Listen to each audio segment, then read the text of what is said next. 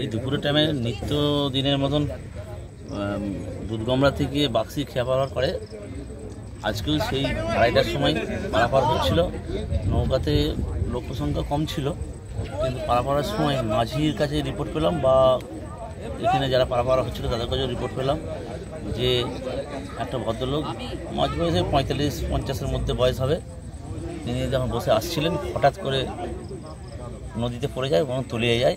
তাকে সেই সময় মাঝি বা আরও লোকজন চেষ্টা করে তোলার জন্য, তাতে পায় না।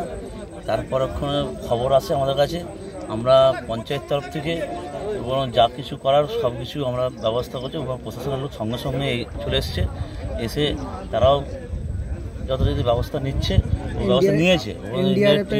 এসে তারাও নেমেছে, অলরেডি নদীতে এখন খোঁজাখুঁজি করছে, ডুবুরি নেমেছে, খোঁজাখুঁজি চলছে। যাই হোক, মোটামুটি তারা প্রস্তুত হয়ে এসে মোটামুটি কাজ চালাচ্ছে, এখনও পর্যন্ত চলছে।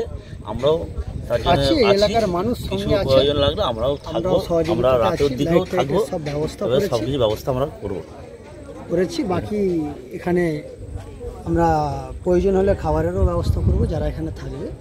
বাকিটা এখানকার মানুষ আছে এবং হচ্ছে আমাদের পঞ্চায়েত তরফে আমাদের লিডারশিপরা আছে, পঞ্চায়েত মেম্বাররা আছে, প্রধান ছিল অলরেডি চলে গেছে। আমরা সকলে আছি থেকে ব্যাপারটা দেখছি।